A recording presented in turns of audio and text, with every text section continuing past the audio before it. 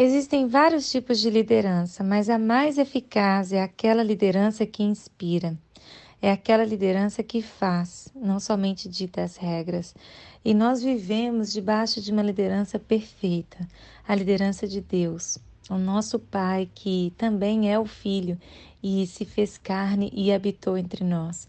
Jesus, ele viveu uma vida digna de ser copiada, de ser vivida, e ele mesmo se declarou o caminho de se viver, a forma de se viver.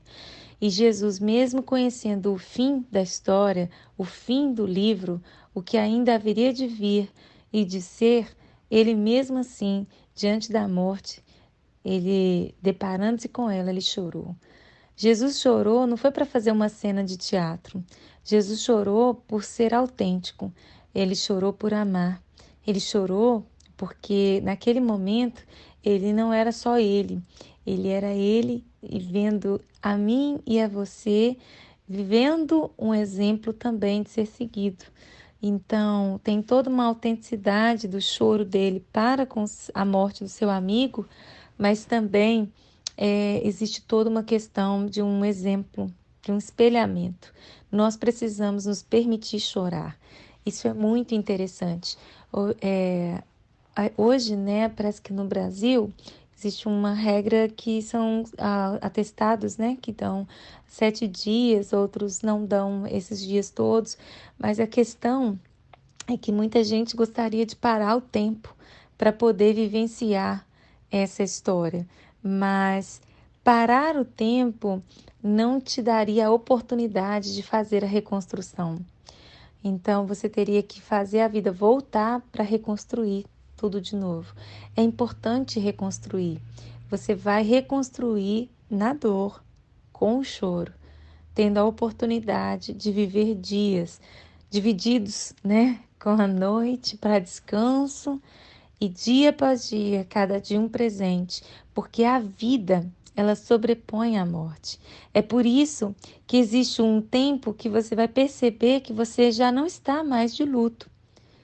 E porque a vida ela sobrepõe a morte. Ela é mais forte do que a morte. Ela vem de uma forma intensificadamente e amorosamente insistente.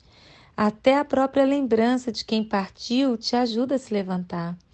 Então é muito importante você vivenciar todo o processo e não considerar que tudo a seu redor é uma pressão para você sair do processo de luto.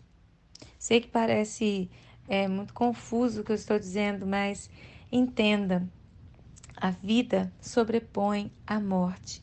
Então, a reconstrução da sua existência, ela vai sim se basear nesse momento de dor, nas lembranças, no processo em que você está vivendo, de relembrar de o vazio daquela pessoa, te faz o tempo todo lembrar dela e lembrar do que ela falaria, do como é que ela gostaria que você desenvolvesse. E naturalmente, os desafios diários vão te ajudar a vivenciar isso, a dar sequência à história do outro, a honrar a memória do outro da melhor forma possível. Nós vamos ver vários exemplos do luto na Bíblia, vários. São muitas vezes que nós vamos ver, inclusive na história de Jacó.